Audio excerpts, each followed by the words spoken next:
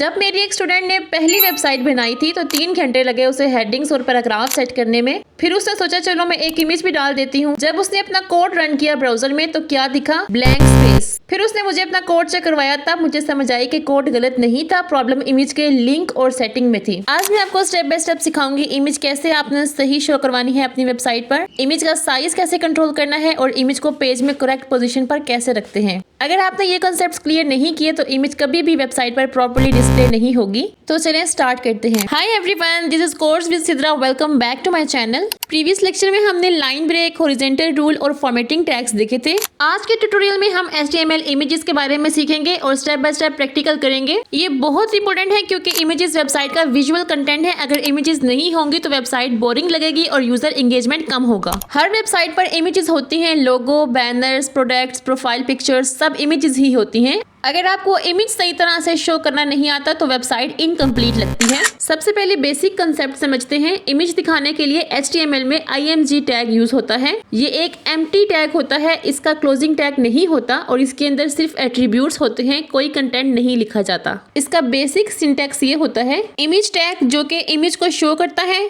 SRC attribute image का path बताता है, यानी कि वो लोकेशन जहां पर वो इमेज पड़ी हुई है हम उसका नाम लिखते हैं तो हमारे पास वो इमेज शो हो जाती है। और आर्ट एट्रीब्यूट अल्टरनेटिव टेक्स्ट होता है जो कि इमेज की डिस्क्रिप्शन होती है। अगर किसी वजह से आपकी इमेज ब्राउजर पर शो नहीं होती तो वहां पर ये आर्ट एट्रीब्यूट में दिया गया टेक्स्ट शो होगा। ब्राउजर SRC एट्रीब्यूट की लोकेशन से इमेज लोड करता है और स्क्रीन पर शो करता है। तो चलिए इसको प्रैक्टिकल करके देखते हैं। सबसे पहले हम अपना फोल्डर VS कोड में ओपन करेंगे और एक यहाँ पर न्यू फाइल क्रिएट करेंगे। इसका नाम रखेंगे HTML images.html।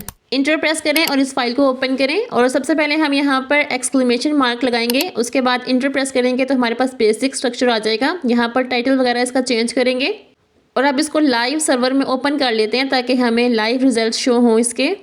अब यहाँ बॉडी टैग में हम एक हेडिंग टैग डालेंगे H1 और इसमें लिखेंगे HTML इमेज टैग। अब इस हेडिंग वाले टैग के नीचे हम एक इमेज टैग लेंगे, यहाँ पर लिखेंगे img और इंटर प्रेस करेंगे तो हमारे पास इमेज का बेसिक स्ट्रक्चर आ जाएगा। अब हम इसको फिल करेंगे। अब इस SRC एट्रीब्यूट की वैल्यू को फिल करने से पहले हमें अपने फोल्डर में वो इमेज सेव करनी पड़ेगी जो कि हमने ब्राउजर पर शो करवानी है। इमेज सेव करने के बहुत सारे तरीके हैं लेकिन यहाँ पर मैं आपको बहुत आसान तरीका बताने लगी हूँ। आपने अपने कीबोर्ड से प्रेस करनी है Ctrl+B की, तो आपके पास VS कोड में साइड बार ओपन हो जाएगी। यहाँ पर आप ब्लैंक स्पेस पर राइट क्लिक करेंगे तो यहाँ पर आपको एक ऑप्शन दिखेगा रिवील इन फाइल एक्सप्लोरर।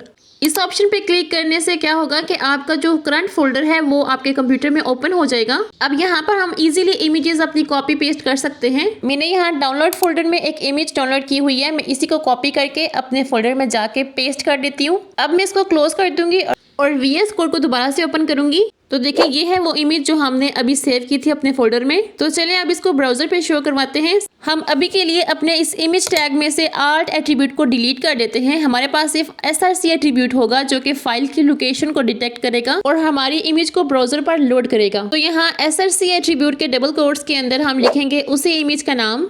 तो अब आप देख सकते हैं कि हमारे ब्राउजर पर वो इमेज ओपन हो चुकी है, लेकिन इसका साइज काफी बड़ा है। हम इसके साइज को कंट्रोल कर सकते हैं। हम यहाँ पर विड्थ एट्रीब्यूट का यूज करेंगे और इसको विड्थ देंगे 550। अब आप देखिए इसका साइज एडजस्ट हो चुका है। ब्राउजर ने इमेज को 550 पिक्सल्स वाइड कर दिया है। अगर हम हाइट एट्रीब्यूट का भी यूज करें, यहाँ हम इसको हाइट भी 550 पिक्सल्स दे दें तो एस्पेक्ट रेशियो चेंज हो सकती है। अगर ओरिजिनल इमेज स्क्वायर नहीं है तो इमेज स्ट्रेच या कंप्रेस हो सकती है। लाइक आप देख सकते हैं इमेज कितनी खराब लग रही है। इसका एक ही सोल्यूशन है, या तो आप हाइट यूज कर लो या विड्थ यूज कर लो। दोनों को एक साथ यूज ना करो, इससे आपकी इमेज स्ट्रेच या कंप्रेस हो जाती है या एस्पेक्ट रेशियो ब्रेक हो जाती है। अब इसके बाद हम आर्ट एट्रीब्यूट को ऐड करते हैं अपने इमेज टैग में और यहाँ पर हम कुछ टेक्स्ट लिख देते हैं अपने इमेज के अकॉर्डिंग, लाइक हमारी इमेज को डिस्क्राइब करने के लिए। अभी आप सोच रहे होंगे कि हमने आर्ट एट्रीब्यूट लिखा तो है लेकिन ब्राउजर पे हमें शो नहीं हो रहा। अभी आप देखें जब मैं यहाँ पर SRC एट्रीब्यूट के अंदर जो हमने वैल्यू दी है, लाइक हमारी जो पिक्चर का नाम है उसमें थोड़ी गड़बड़ कर देते हैं, लाइक इसमें से कुछ रिमूव या ऐड कर देते हैं। तो अभी आप देखें ब्राउजर पे हमारी इमेज लोड नहीं हो रही और हमें आर्ट एट्रीब्यूट में दिया गया टेक्स्ट शो हो रहा है।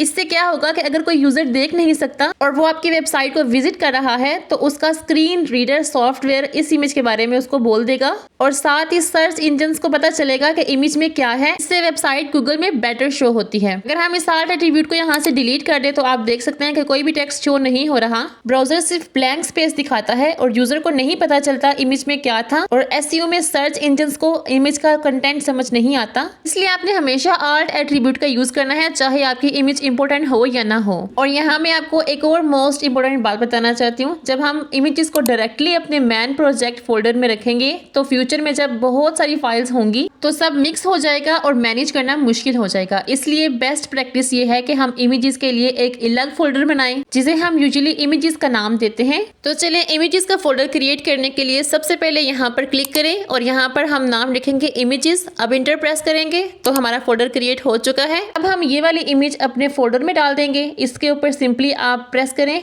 और ड्रैग करके इसको इमेजेस वाले फोल्डर के ऊपर छोड़ दें। अब हमारी इमेज हमारे फोल्डर में मूव हो चुकी है। अब आप ब्राउजर पे देखें कि हमें इमेज नजर नहीं आ रही क्योंकि हमने सिर्फ SRC में फाइल का नाम दिया था जो कि अभी यहाँ पर नहीं है। हमारी जो इमेज फाइल है वो फोल्डर के अंदर मूव हो चुकी है, तो इसलिए अब हमें उस फोल्डर का नाम भी लिखना पड़ेगा। हम लिखेंगे इमेजेस स्लैश लगाएंगे। अब उस इमेज का नाम लिखेंगे। यहाँ आपने एक बात लाजमी याद रखनी है कि इमेज का नाम लिखने के बाद हमने उसकी एक्सटेंशन भी लिखनी होती है जो ये बताती है कि ये फाइल किस टाइप की है, फोटो है, एनिमेशन है, आइकन है और ब्राउजर कैसे इस फाइल को डिस्प्ले करे। अभी आप देख सकते हैं कि हमारी इमेज ब्राउजर पे शो हो रही है। अब हमारा नेक्स्ट टॉपिक है URL टाइप्स। आप सिर्फ लोकल पाथ के साथ इमेज शो नहीं करवा सकते बल्कि ऑनलाइन इमेजेस को भी डिस्प्ले करवा सकते हैं। URL 2 टाइप्स की होती हैं। एक होती है रिलेटिव URL और एक होती है एब्सोल्यूट URL। रिलेटिव URL का मतलब होता है अपने प्रोजेक्ट की इमेज। जैसे अभी हमने अपने प्रोजेक्ट में इमेज सेव की और उसको ब्राउजर पे डिस्प्ले करवाया तो इसको रिलेटिव URL कहते हैं।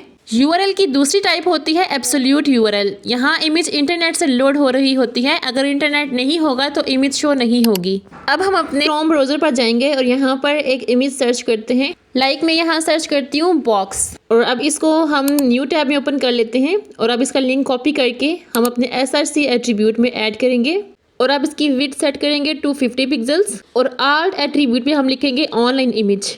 तो अब आप देख सकते हैं ब्राउजर पे हमें इमेज शो हो रही है, लेकिन ये हमेशा रिलायबल नहीं होती। अगर इमेज का ओनर इमेज डिलीट कर दे तो वेबसाइट पर इमेज शो नहीं होगी और अगर ओनर इमेज का नाम चेंज कर दे लिंक ब्रेक हो जाता है। या फिर अगर इमेज किसी और फोल्डर में मूव कर दी जाए तो भी एरर आ जाएगा और अगर इंटरनेट कनेक्शन स्लो या बंद हो जाए तब भी इमेज लोड नहीं होती और कभी कभी वेबसाइट का सर्वर डाउन हो जाता है तब भी इमेज मिसिंग हो सकती है। इसलिए professional developers mostly relative path use करते हैं ताकि इमेज उनके कंट्रोल में रहे। आज हमने HTML इमेजेस की स्ट्रॉन्ग फाउंडेशन कवर की है। अब आप बेसिक लेवल पर वेबसाइट में इमेजेस ऐड कर सकते हैं। आपने ये प्रैक्टिस लाजमी करनी है। नेक्स्ट लेक्चर में हम इमेजेस को और प्रोफेशनल बनाएंगे। अगर वीडियो अच्छी लगे तो लाइक करें, वीडियो को शेयर करें और चैनल को सब्सक्राइब कर लें। See you in the next tutorial.